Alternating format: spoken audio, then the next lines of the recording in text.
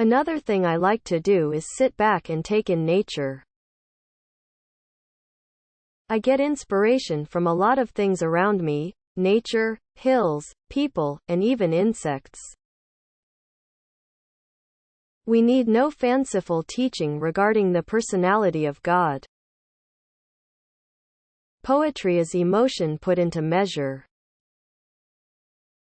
Nature and nature's laws lay hid in the night. To explain all nature is too difficult a task for any one man or even for any one age. Nature study will show you how full of beautiful and wonderful things God has made the world for you to enjoy. I have lived long enough to satisfy both nature and glory. Sculpture is an art of the open air. If journalism is good, it is controversial, by its nature.